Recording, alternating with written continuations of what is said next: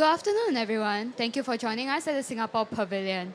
We are starting our next program at 2 p.m. By N International on unlocking sustainable futures for MSMEs, bridging the sustainability gap through inclusive finance and fintech innovation.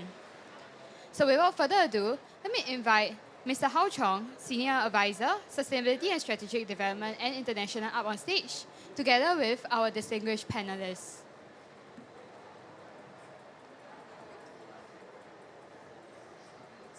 Testing.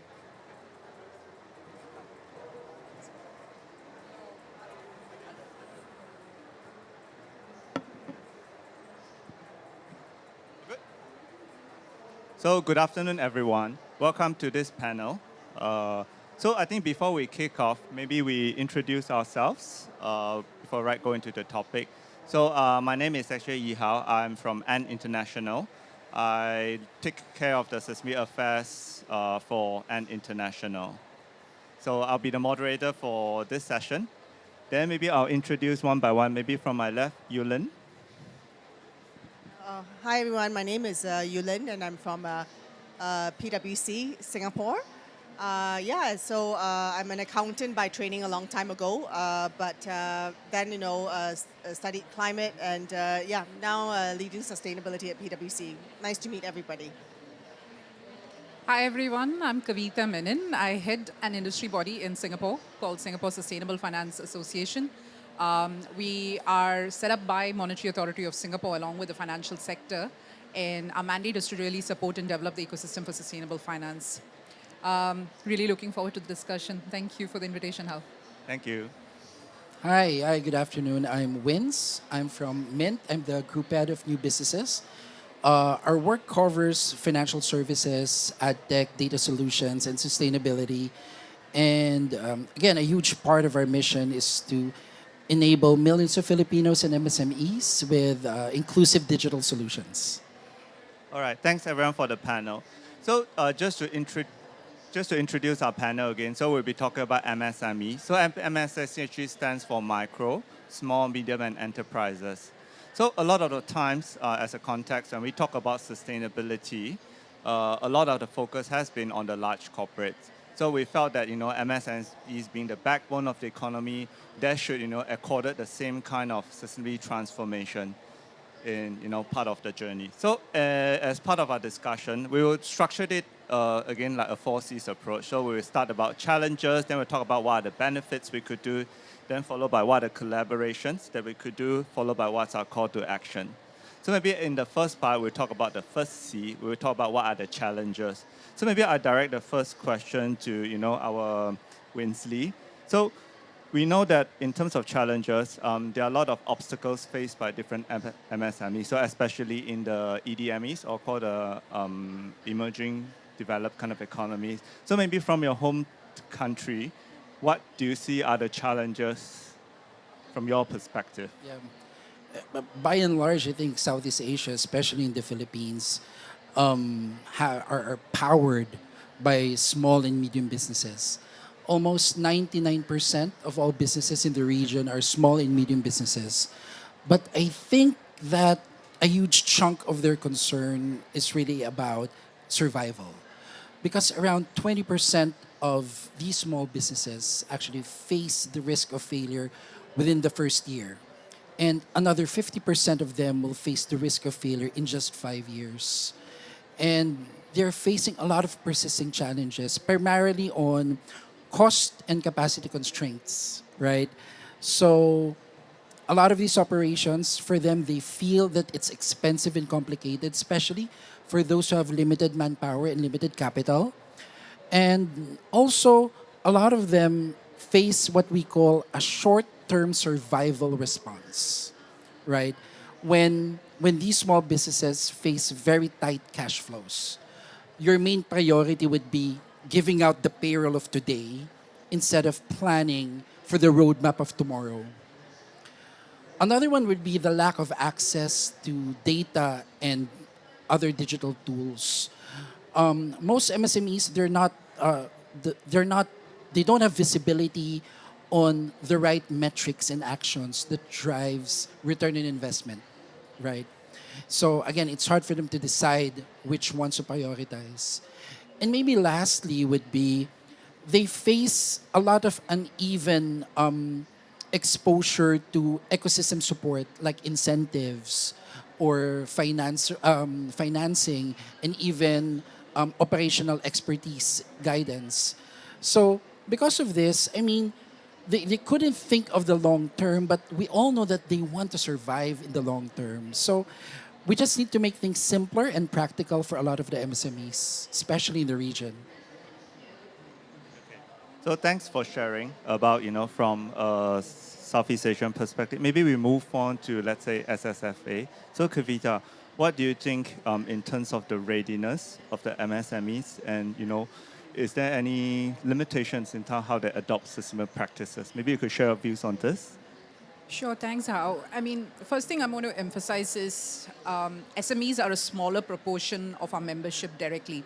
But we see two transmission mechanisms in which we engage with SME. First of all, financial institutions are 50% of our membership. And in this region, you mentioned 99% of the businesses are MSMEs. So their loan book is heavily geared to SMEs. The second is we have large corporates, both financial and non-financial corporates, as part of our ecosystem. And again, MSMEs are part of that value chain. So these are the transmission mechanisms in which we engage with.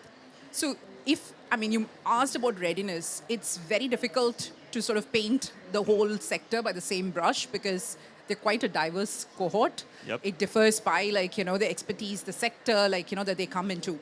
But I was looking for some data which shows where they are in that adoption. And one thing which came across was according to International Chamber of Commerce, the percentage of green loans today in terms of penetration for SMEs is less than 3%. So we're just getting started in that journey, right? So if I put that together, and kind of use a bifurcation of sector as well as geography and kind of see where they are. Sector, if these MSMEs are in the value chain of corporates where there has been strong sustainability action, take textiles, take FMCG. So if you're in the supply chain of an Inditex or a Unilever or even an Adidas or Puma, you've been kind of forced to already start adopting some sustainability practices if you need to be on that approved vendor list. So you see a stark difference in terms of adoption between these two, those who are in that value chain and those who aren't. And even in terms of geographies, I think Singapore is a small ecosystem, but it's a very relevant ecosystem to sort of experiment with what's worked and what's not worked. And even there, there has been excellent work which is done by PwC. There's been excellent work which is done by Singapore Business Federation. And it clearly shows almost 2/3 of MSMEs are in the very, very early stages of adoption of sustainability. In fact, most of them, almost a third, 33% have not even really started on this journey. And if I translate to what is the limitation? Again, want to touch on what Vince mentioned, capacity, constraints in terms of resources, all of this very, very valid. And I think, again, here, Singapore serves as a very relevant use case. We've done measures to sort of counter that. There have been very, very targeted subsidies for capacity building. Almost 70% of the cost for a lot of these courses have been covered. Even in terms of procurement, there are schemes which have been rolled out by local banks where 70% of the cost again is covered by public schemes. There has been risk sharing mechanisms. So 70% of the risk is actually borne by the government and not by the bank. And that means that they are more willing to lend. All of this has been rolled out in the last, I would say 2 to 3 years, right? There are schemes which allow with reporting. There are schemes which allow you to do green bond issuances. So there are supports. But if you look at the numbers and if you look at the take-up rate, that clearly shows that it's not moved the needle. So there's more to the onion than what is meeting the eye. So we need to peel the layers a bit more. Okay, that's good. So I think we have perspective from a private and as well as an association. Then maybe I know Yulin has done, as a professional services, you've done a lot of engagements around the region. Do you share similar observations of the other two panel members? Well, I actually do agree with them, but I think that some of the points that they just mentioned have been challenges that have persisted for many years, and I think too many years actually. So I think maybe the two perspectives that I think is perhaps a little bit different. I would say that how sustainable MSMEs are would be a reflection about government policies as well. Okay, let me explain. So, a large part of being a sustainable company is understanding what are the material issues, risk and opportunities from an environmental, social, and governance perspective. And from an environmental side, the simple one is I'm not even going to go to scope 3, just scope 1 and 2. Scope 2 really just about electricity, particularly in Asia. Let's not talk about steam. But if you have very, very good electricity providers which can give you that kind of information, scope 2 emissions are therefore easy to get. And from scope 1 emissions perspective as well, again, if you have a strong kind of public domain information, you can get that as well, right? From an S perspective, I would say that if you have strong policies around human capital, around unions and everything, you should also have already be able to identify this as well. I'll be very, very familiar and au fait with these kinds of policies around S as well. So I empathize with MSMEs, but I do find that MSMEs have more challenges, or in, I guess, countries where perhaps, the policies are not as strong, right, or a little bit more opaque, but they find it easy as well in countries where information, provided by governments are more transparent and they can use that. The second point that I would make is that this might be conjecture, right, but I do find that there is some kind of inertia from certain companies, and these are smaller companies, but they're also bigger companies as well with regards to climate change and sustainability issues. Climate change and sustainability issues, I find sometimes people find it a little bit highbrow, but actually, if you look to the nub of it, it is as complicated or as simple as understanding what are your financials, okay? And everybody knows about accounting, knows about financials. So I think if we wrap our heads around that, it is not insurmountable. Sustainability and climate change is for everybody and also very accessible. And if it's not accessible, then we should make it more accessible for not only the large companies, but also the smaller and medium-sized companies. So really those 2 points about whether or not, as the ecosystem, we're supporting SMEs enough from transparency perspective and a policy perspective. And the second thing is to get around our minds, okay, that it is not insurmountable. Yeah. Okay, I think that's an interesting point from policy. So I think we've heard about, what the challenges faced by MSME. So basically, there's constraints, not enough regulatory support. So, but let's take the other flip side of the coin, perhaps to share. There's always what I call the chance. There's opportunities, because I think if any MSMEs that will benefit, if they embrace systemic transformation, they could benefit. So maybe I want to hear from you, maybe start from you, Lynn.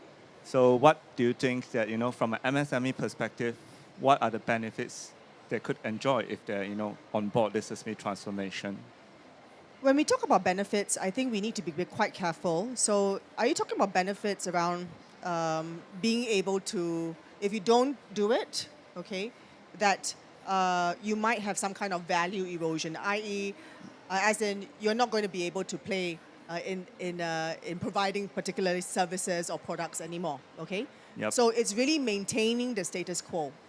The other part about benefits is that I found something new, which is that I found something new, a new technology, etc. So I think we have to look at it from those perspectives. Am I trying to make sure that I don't have any value erosion, or am I having actually a new kind of opportunity? And I like to also talk about the opportunity parts, and which is why I'm so passionate. Okay, that MSMEs, they really need to start to focus on this.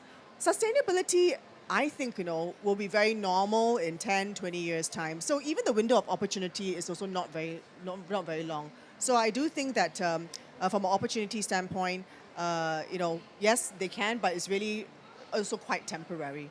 But I mean, this is, I think, what Kavita is probably going to talk about a little bit later.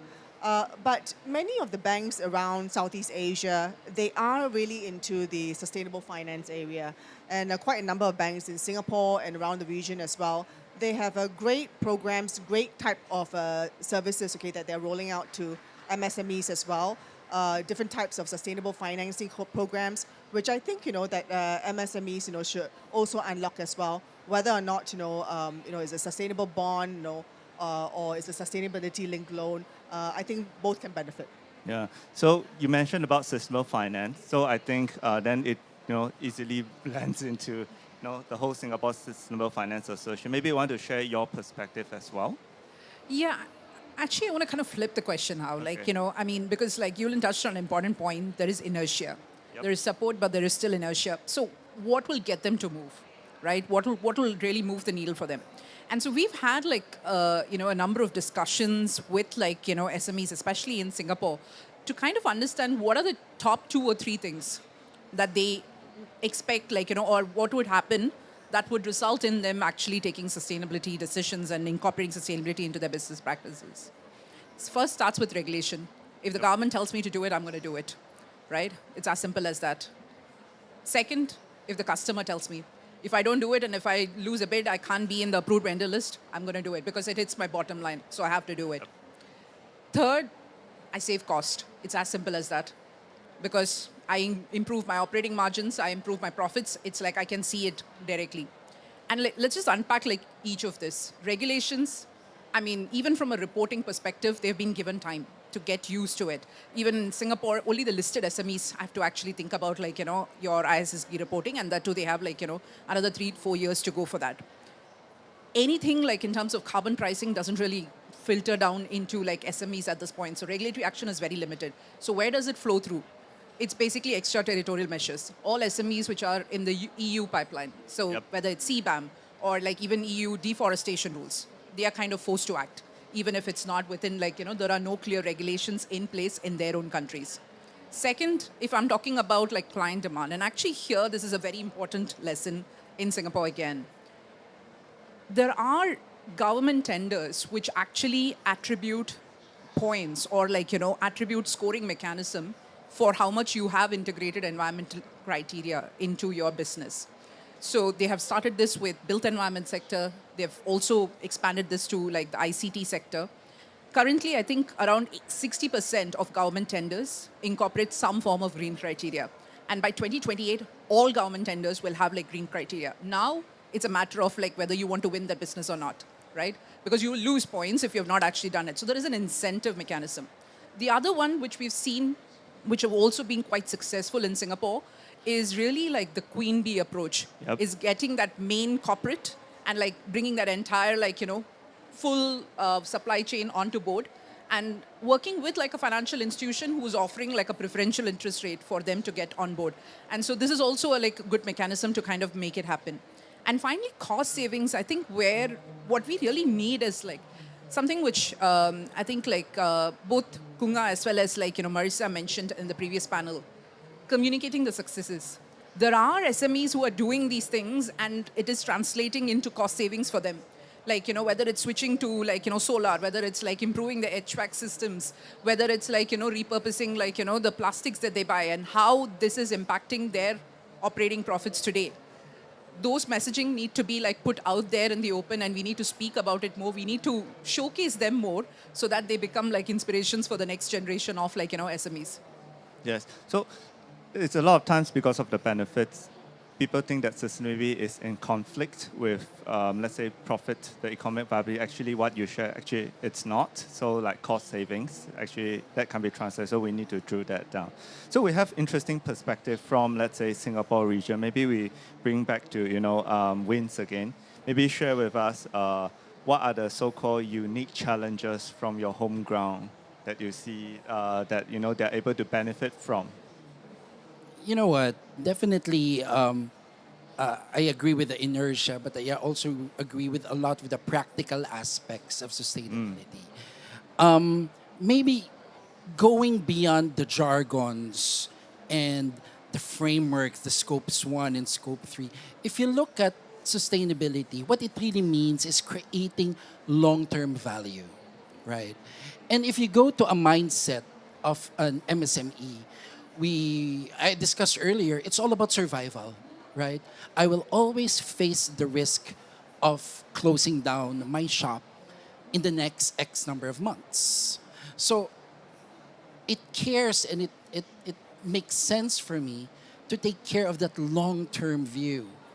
And for me, as long as sustainability is framed in a very practical and a very rational manner, then it's not about being ideal. Of course, regulation and incentives can help, but it's not about idealism. It's not about all of these expensive frameworks and capabilities. It's about making good business decisions. It's about reducing your cost of energy. It's making sure that your operations are efficient through digital means. It's making sure that you're making less waste, right? So, at the end of the day, an MSME trying to undergo all of these initiatives will not look at it from an ESG perspective, will not look at it from a sustainability perspective, but they will see it as good business practice. And they will embrace it as long as it will reduce cost and as long as it will increase their productivity.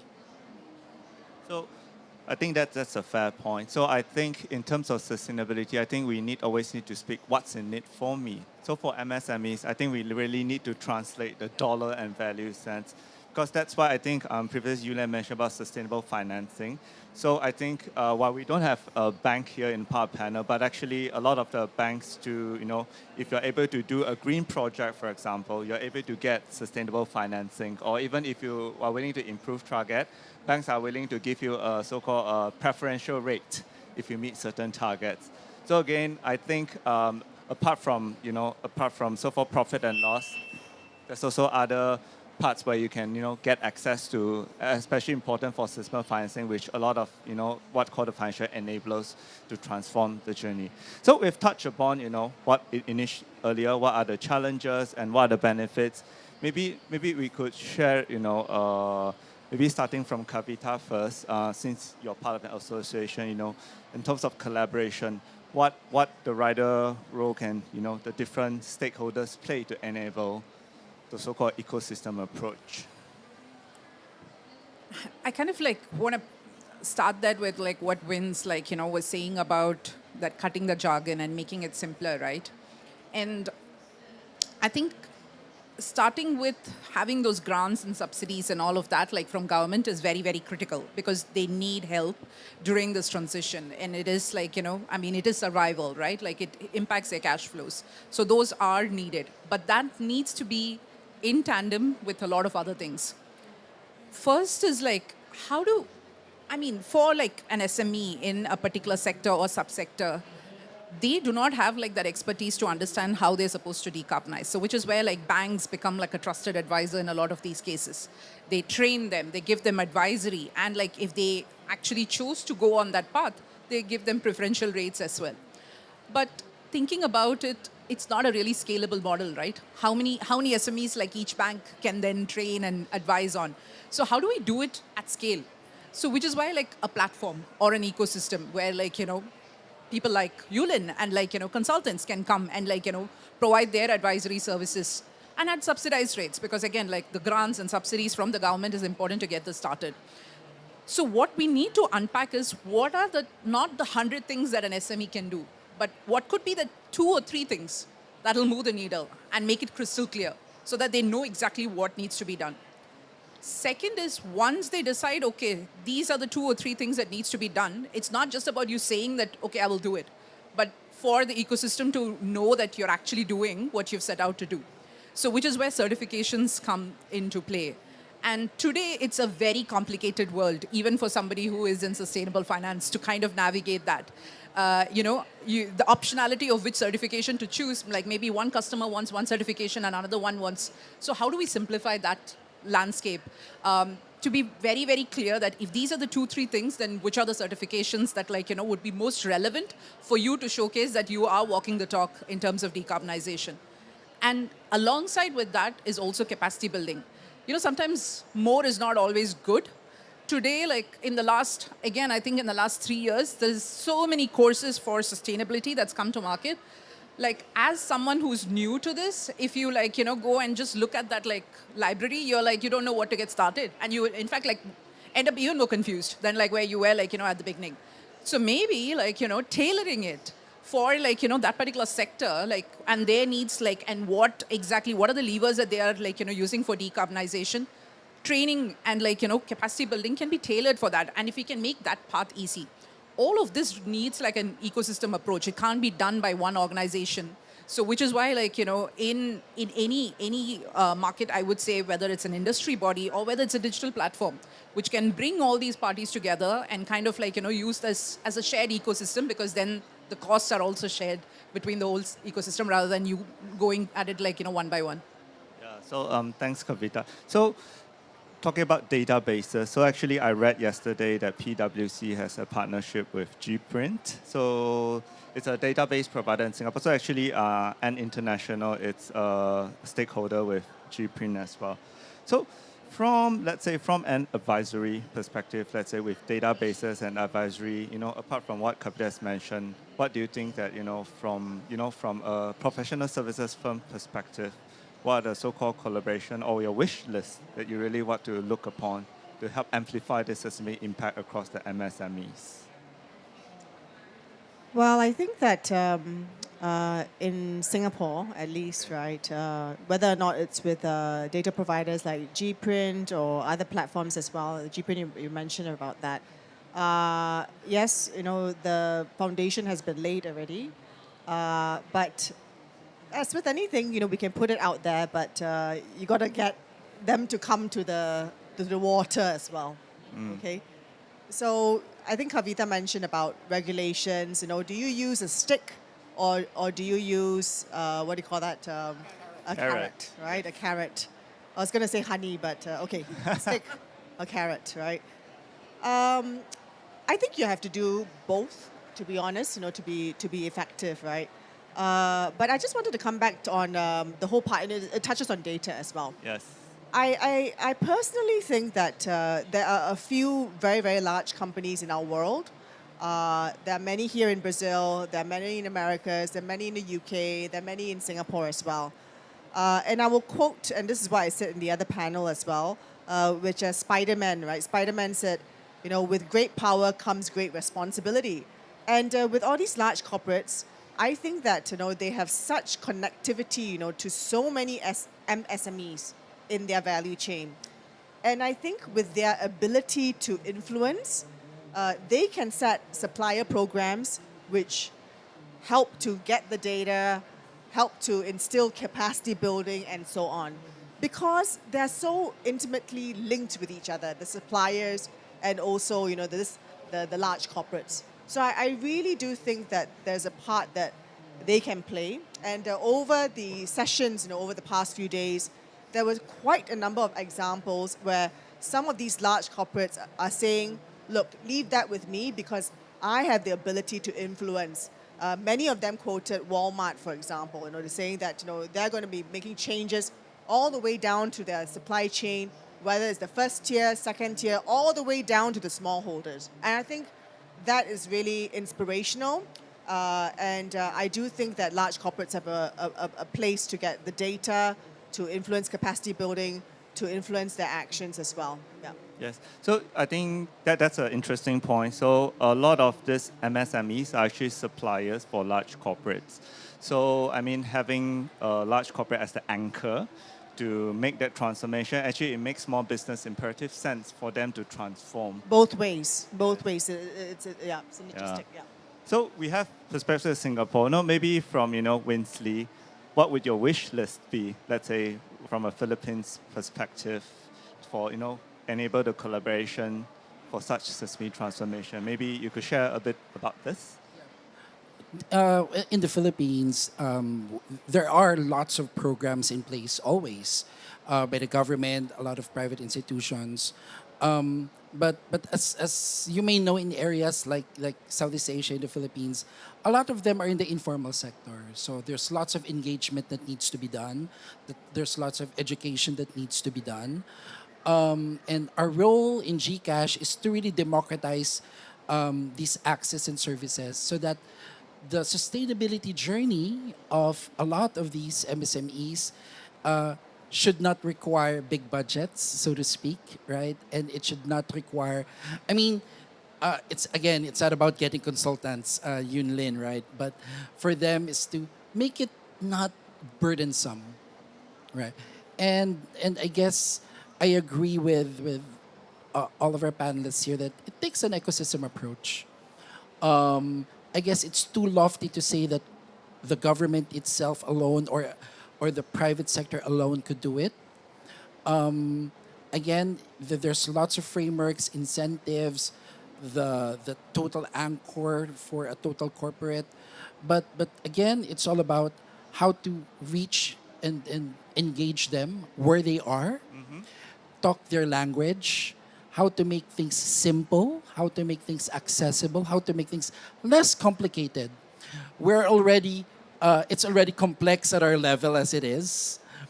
And how do we make it more palatable and practical and very rational at an MSME level? Yes, I can imagine telling MSMEs what do you mean by emission factor.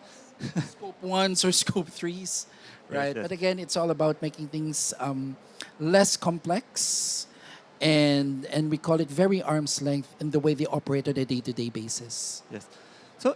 So I think we... Just yes. one thing on, like you said about that anchor company and like, you know, that like kind of having it. I think like we need to go one step beyond that as well, in the sense that we've seen like these examples like, you know, manifesting in a lot of these markets where that anchor company comes and does. But the fact that the SME in that supply chain changes depends on how much of dependency they have on this particular customer. If what proportion of the business do they represent, right? And for a lot of them, it's not just that one. There could be like 5 or 6. And sometimes like what then happens is they're always worried, what is the, you know, if X does this, is Y going to align? Is Z going to align? Like, you know, the other companies in that particular sector.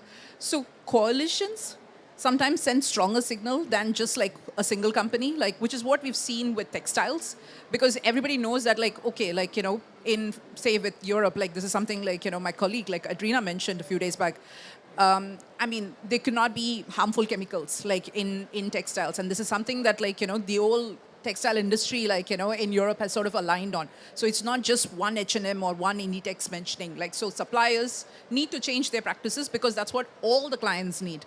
And so that gives them a sense of like, you know, first of all, there is demand when they shift. That's going to be, you know, aggregate demand is greater. And also there is like, and I mean, there will not be fear of like, you know, I do this, but I don't have economies of scale for this investment because it's just for one customer, right? So I think like moving beyond that queen bee and maybe coalitions at a sector level, I think like would send more like, you know, powerful signal.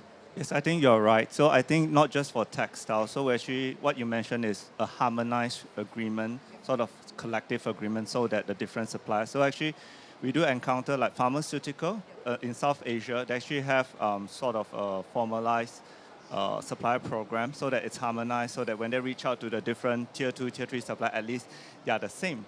Whether it's, I can't recall any pharmaceutical, but you know, across all the different pharmaceuticals. So yeah, I think that is an interesting point. So we have talked on collaboration. Then maybe our last part is perhaps we want, you know, we have talked about challenges, but what would be the call to action?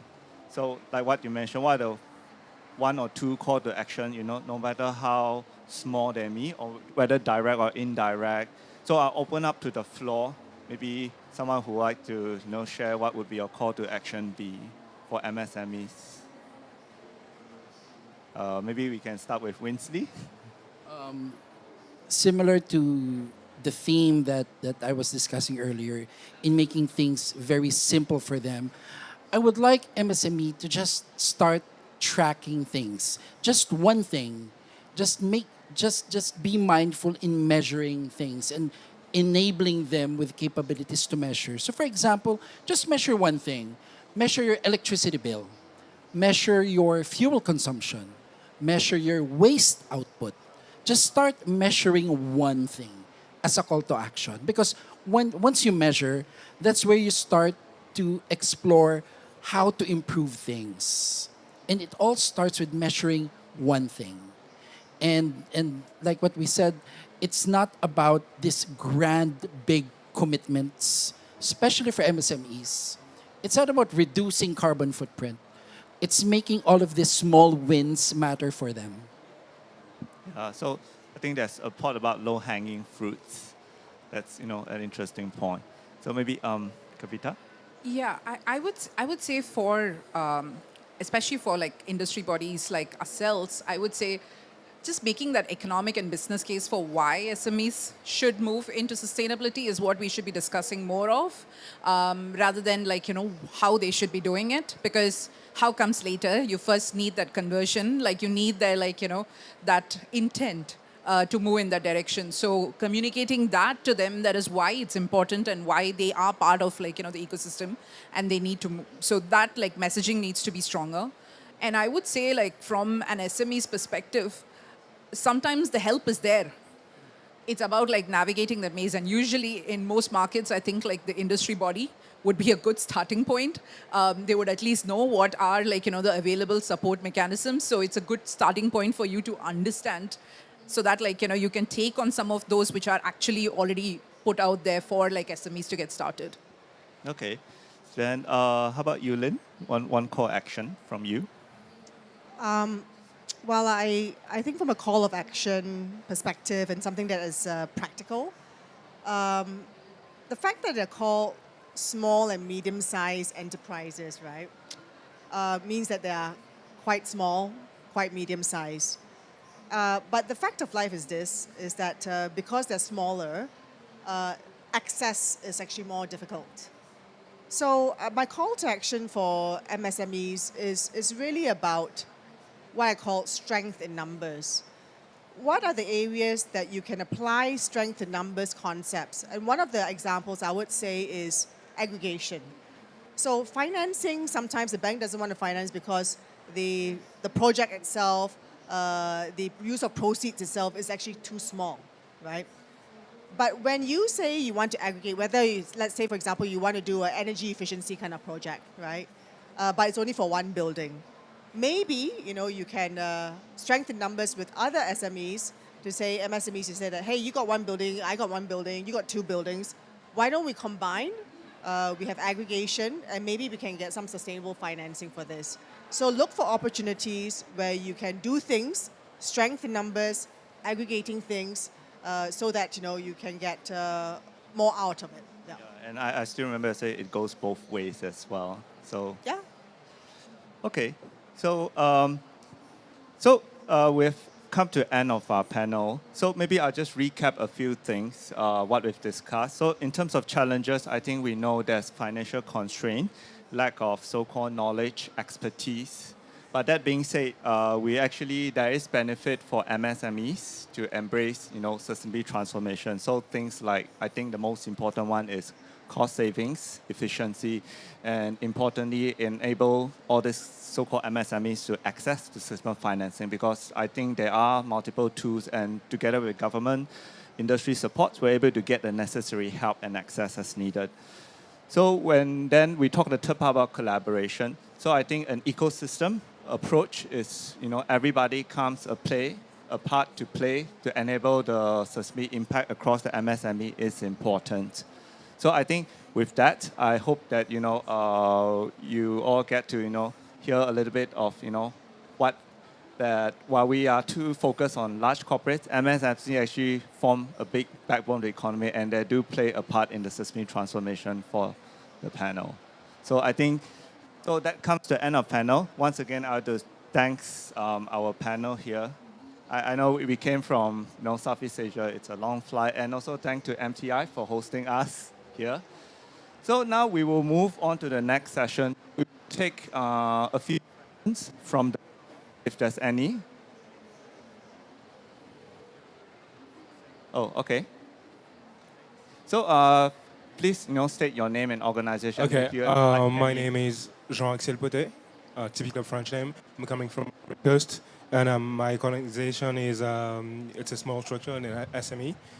It's we do have a excuse me. I do speak French, so sometimes I lose my word a little bit. We do have an accelerator. We help SMEs to understand finance mechanism, and then to also access certain finances, some done loans from the bank, and then we also backed by AGF, African Guarantee Fund. And my question was, so we talked about the SMEs. I talked about you talked about coalitions. You talked about a lot of things. So I wanted to find out how, in my context in Ivory Coast, for example, you talked about how banks will help the SMEs and train them and everything. In my context, for example, in Ivory Coast, we have the BNI. It's a bank. BNI, it's a bank, yeah, and currently doing a submission for people, a company like us, to accompany them to green their system, then green their okay. So we are not already yet to the point where banks are going to accompany small businesses. So how can we, in that particular context, how can we take good lessons of what you did, what you said, right? Try to adapt because we're going to move toward that point, obviously. But in the meantime, what can we do and what can we add? If you have any contribution toward that sense, because our context is kind of different from what you were talking about. Sorry, John. It might be a muffled. Can you repeat the question again? Okay, so I just want to clarify, are you talking about access to finance itself, or what services are you doing with the bank? Yes. So, okay. So basically what I'm trying to say is just that I'm giving you a different, so you talked about something, you talked about the bank, accompanying the people and training them, right? So what I'm trying to say is that do you have alternative way for an environment where the banks themselves do not already have that capacity and they are now building that capacity for themselves? Okay. So banks themselves are not have built up the capabilities to be that anchor. Yes. Who's okay, very, very interesting. So which is where people like them come in, to be very, very honest. Who's who are the experts who are called in? Because thinking about even Southeast Asia and the evolution of she's been involved in that journey in Singapore right from the start. But banks took a while to kind of understand how to sort of integrate this into their core business practices, right? And typically you move with, the first order effect is you move with things which is going to make you money. So green loan, green products, those are the easiest kind of wins. But then over the time, you realize it goes beyond that. You really need to integrate sustainability into your core strategy, into your core operations. And that's more or less happened, I would say, in Southeast Asia today. So where you would, in terms of banks, there are coalitions for financial institutions today, not just regional, global as well, where banks learn from each other. There are case studies of what other financial institutions are doing. So we typically do that quite a lot. Like I said, 50% of our members are financial institutions, and each of them are at different stages of their maturity. So they learn from each other. So it's peer-to-peer learning, case study sharing, practical challenges in doing this. I think you just give us a nudge for the submission to accompany the bank, but that's fine. But I wanted to bring in Yulin's answer here as well. For Singapore, sustainable finance really kicked off around a decade ago, right? It was really quite nascent. What I saw that was pretty good, is what Kavita said, is that sustainability and climate change is one of those things that we don't keep information ourselves. There's a lot of sharing going on, right? So that's one thing, is to learn from each other. But I also did find that there was also a kind of a trend where quite a fair bit of the talent, right, which was residing in Europe, for example, then came into Asia, right? And then people started to learn from them. So, and then in collaboration with experts as well in the community. And then once you do 1, 2, 3 kind of projects, you got the hang of it already.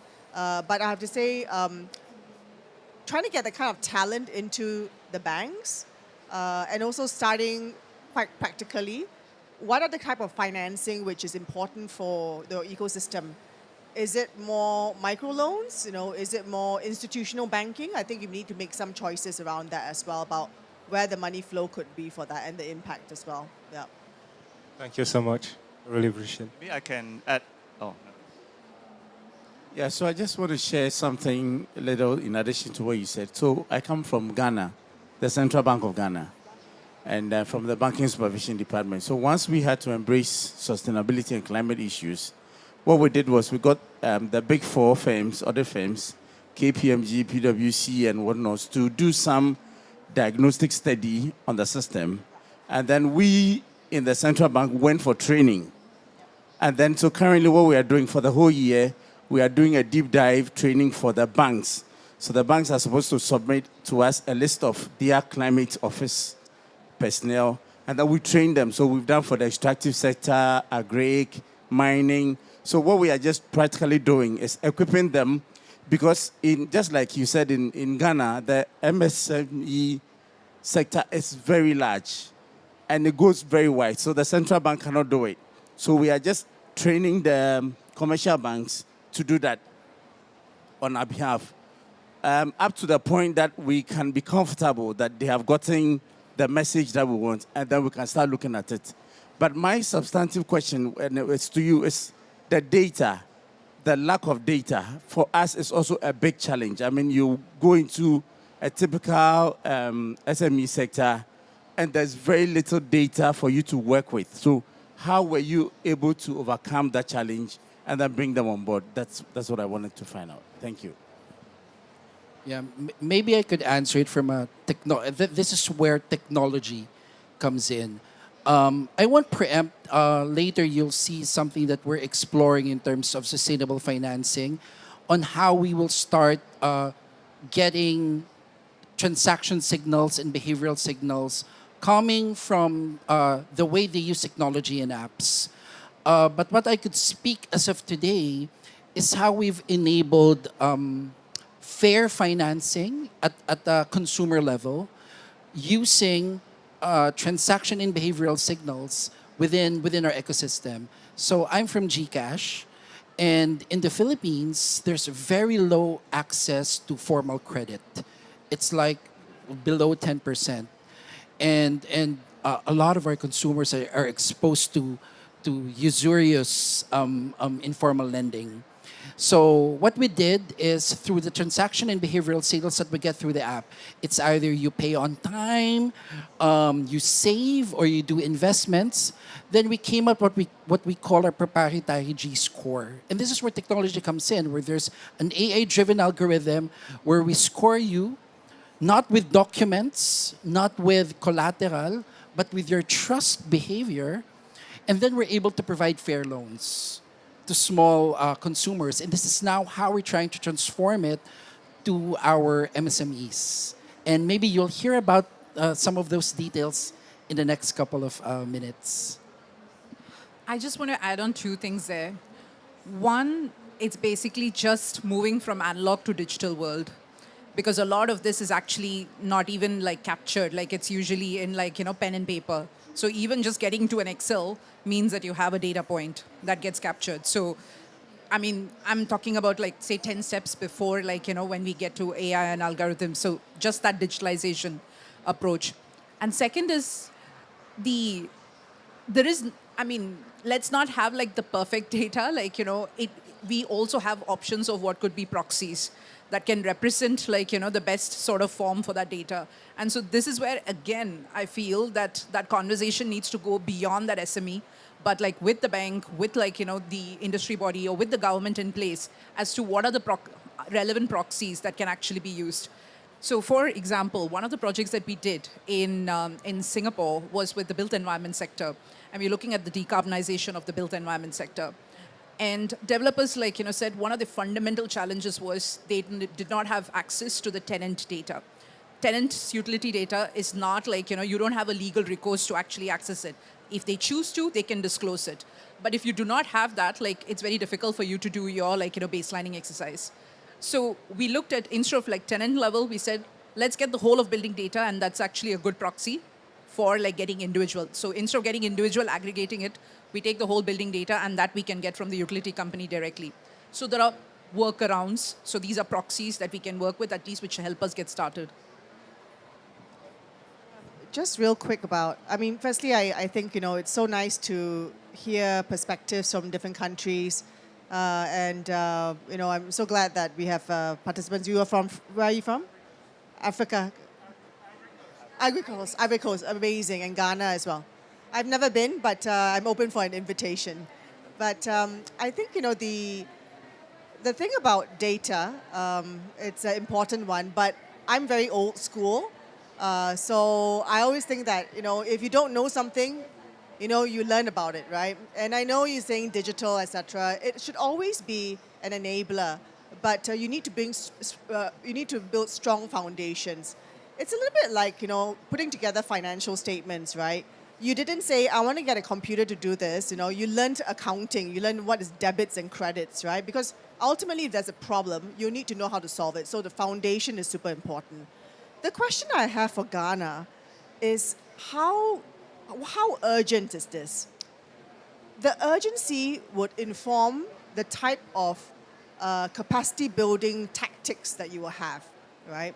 So if you have a little bit of time, I know we always say, what is Singapore doing? What is Singapore doing? But what are many countries doing? They went through capacity building programs. It is interesting, that sustainability, including climate change, is quite a recent phenomenon. But if you look at how we learn things, right? We went through university, went through polytechnics to learn things properly, right? But of course, from a sustainability and climate perspective, they are undergoing through right now, but we need the information right now. So we could also do what we call continuing CET, or continuing education, right? CET. And from that perspective, depending on how urgent it is, you can put through people through continuing education, which is outside of formal, say, universities or polytechnic kind of educations, right? But if your problem is urgent, then you need to do a little bit of interventions. One of the ideas I have is that you might want to have a learn as you go kind of concept, right? And if understanding scope 1 and 2 and other sustainability issues is very, very urgent in a particular country for SMEs and so on, then I think you need a kind of I wouldn't say consulting firm, but some kind of firm that you can say, I'm going to outsource this, right? But outsourcing it means that you learn from the outsource provider as well. So you learn through lived experiences. You outsource it for a while, but after a year, you should be able to have the muscles to do it already. It's not forever, right? So that's what I think. It depends on the urgency. If it's not that urgent, then go through continuing education.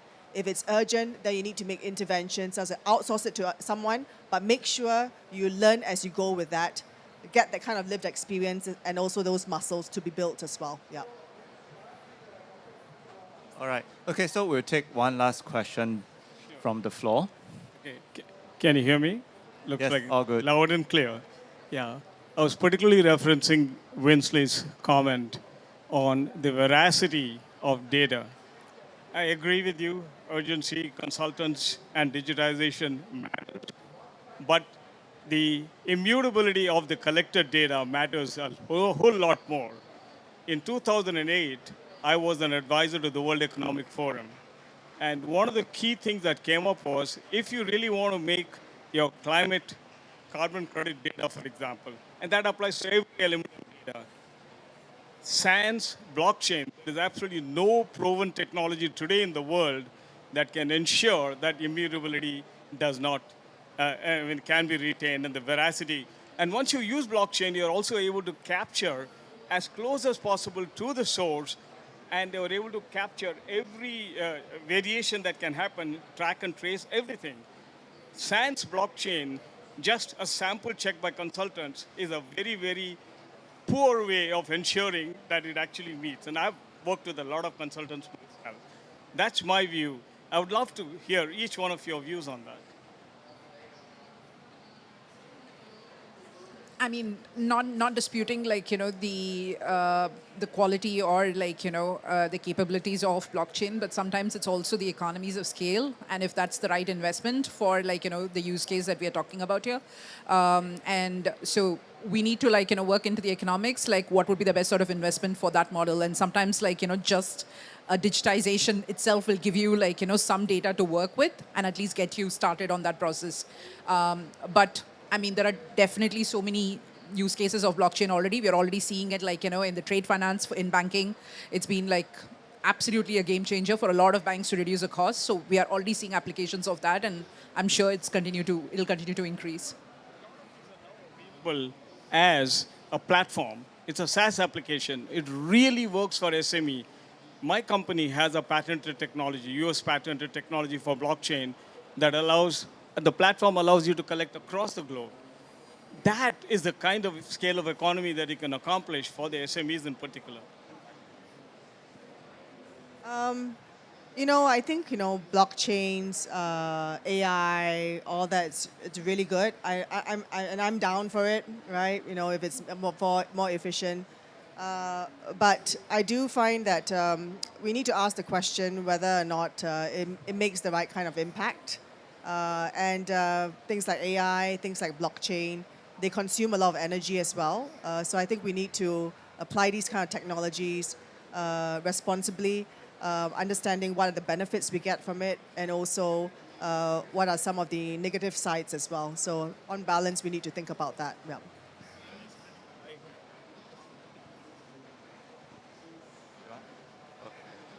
So I think, thanks everyone. So I think the key takeaways from here is I think we need to start an MVP mode where you don't have to have the perfect. You have to keep iterative and improve along. Again, let's see how urgent it is. Then you build up that capacity along the way. So once again, we would like to thank the panel for joining here today. So I'll let them get off the stage while I move on to our next program. Thank you for moderating. Thank you for the invitation. Thank you. You're welcome. So in terms of next program, I'd like to invite another colleague from Gcash, CJ. So he'll be presenting something interesting about how we enable MSMEs in terms of sustainability transformation. So I'll pass it to you, CJ. Boa tarde. I'm CJ Alegre from Gcash, the #1 e-wallet in the Philippines. Today, I'm honored to present Program Cyrus, a partnership between Gcash and International and IFC. So this is the first time we are unveiling it publicly. So the program is built with one very simple belief. Sustainability should not be complicated. It should be easy, practical, and built into what people do every single day. So in the Philippines, MSME are truly the backbone of our economy. 99.6% of businesses are considered MSMEs. 2 out of 3 employees are employed under these small companies. And there are 8.1 million nano-entrepreneurs in our country. These are the small tindahan, karinderya, or the market stalls. But the truth is very harsh. Half of them close by year 5, not because they don't want to, but because they're just, surviving every day. It's just like a survival game for them. So for most owners, sustainability is still a luxury. Rent, capital, daily expenses are already a struggle. So moving to green operations sounds far. Today, I will introduce you to Leslie. She is one of the millions of micro-entrepreneurs in our country that we meet every single day.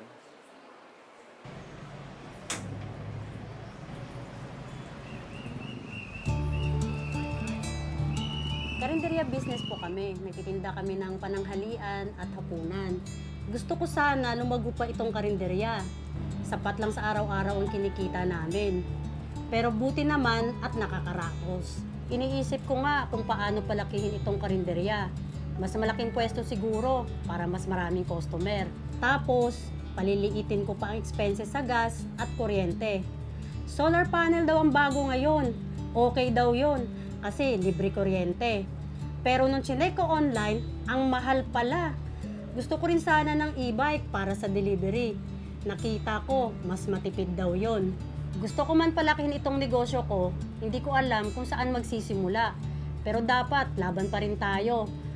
Kailangan ko ng puhunan. Pero, saan ako kukuha? Sa kakilala, grabe sa interes. Sa bangko, wala kami ng requirements. Kailangan ko ng tulong. Pero hindi ko alam kung kanino kami lalapit. Pero hindi ako titigil. Itong karinderya ko, malay mo, balang araw, maging restaurant. Pangarap ko yun. Magsisikap ako, hindi ako susuko.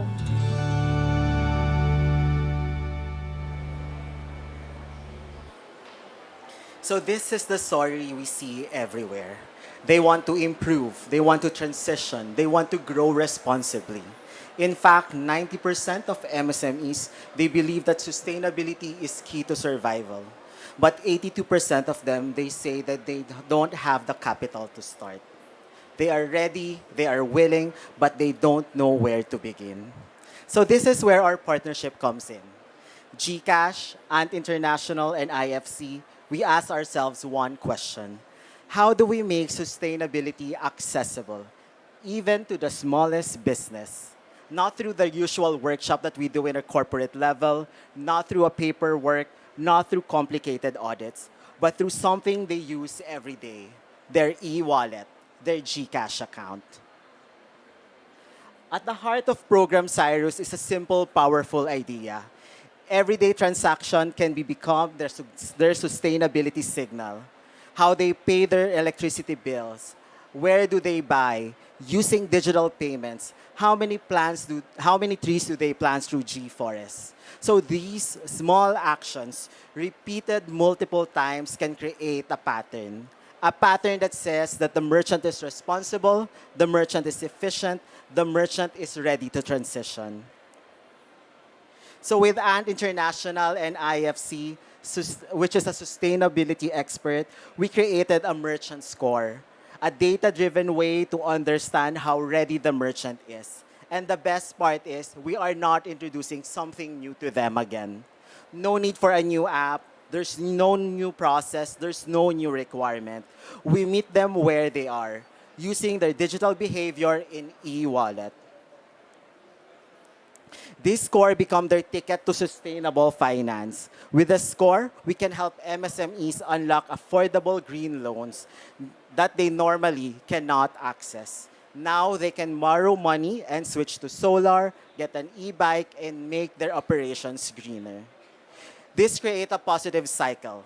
Good behavior, good score, better financing, better business for them. Our shared ambition is bold and simple. We want to empower 3 million MSMEs to transition by 2030. Because when nano and micro businesses thrive, their community rise with them. And to close, sustainability should not be a burden. We are making the transition simple, fair, and inclusive, especially for the smallest entrepreneur who need it the most. On behalf of GCash and International and IFC, thank you for allowing us to share this today in COP30. We look forward to building a greener, more inclusive future, one small transaction at a time. Thank you very much. Muito obrigado.